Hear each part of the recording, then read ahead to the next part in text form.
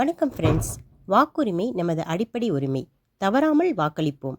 நமது வாக்கு நாட்டின் போக்கு. ஜனநாயகம் காக்க ஒவ்வொரு வாக்கும் முக்கியம்தான். தவறாமல் வாக்களிப்போம். சமுதாயத்தை மேம்படுத்துவோம். வாக்கின் வலிமை தேசத்தின் வலிமை. பணம் வாங்காமல் வாக்களிப்போம். தகுதியானவரை தேர்ந்தெடுப்போம். என்ன ஃப்ரெண்ட்ஸ், அவங்கவுங்க ஜனநாயக கடமையாற்றுறதுக்கு எல்லாம் ரெடியாக இருப்பீங்கன்னு நினைக்கிறேன்.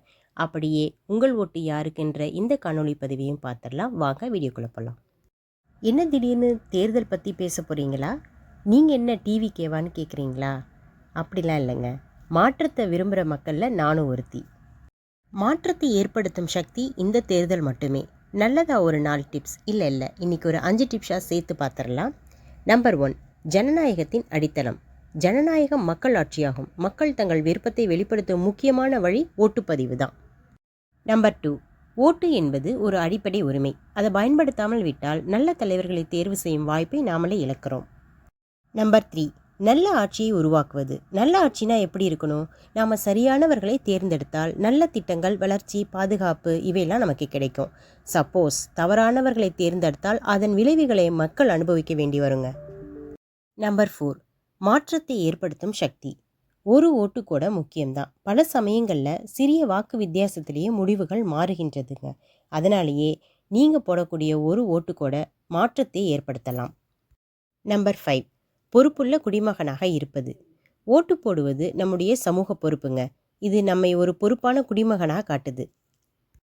ஃப்ரெண்ட்ஸ், எனக்காக ஃபியூ செகண்ட்ஸ் வீடியோவை பாஸ் பண்ணிவிட்டு யாரெல்லாம் ஓட்டு போட்டுட்டீங்க, யாரெல்லாம் இனிதான் ஓட்டு போட போகிறீங்கன்னு கமெண்ட் பண்ணிவிட்டு வீடியோவை கண்டினியூ பண்ணுங்கள்.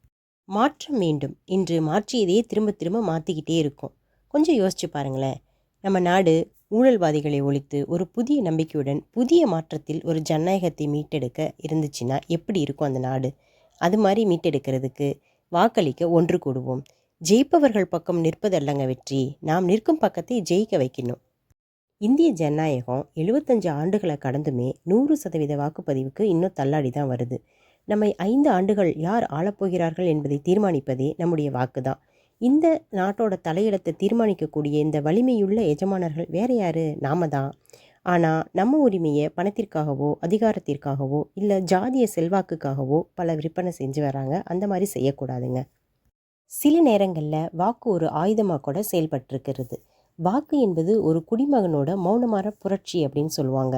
வலிமையான ஆயுதமும் கூட. தகுதியற்றவர்களை அதிகாரத்திலிருந்து நீக்கவும் தகுதியானவர்களை அரியணையில் ஏற்றவும் கூட இந்த வாக்கால் மட்டுமே முடியும்.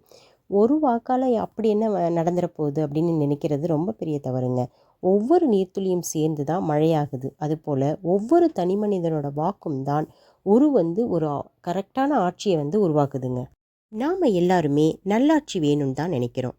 அப்படி நல்லாட்சி வேணும்னா தேர்தலில் தவறாமல் வாக்களிக்கணும்.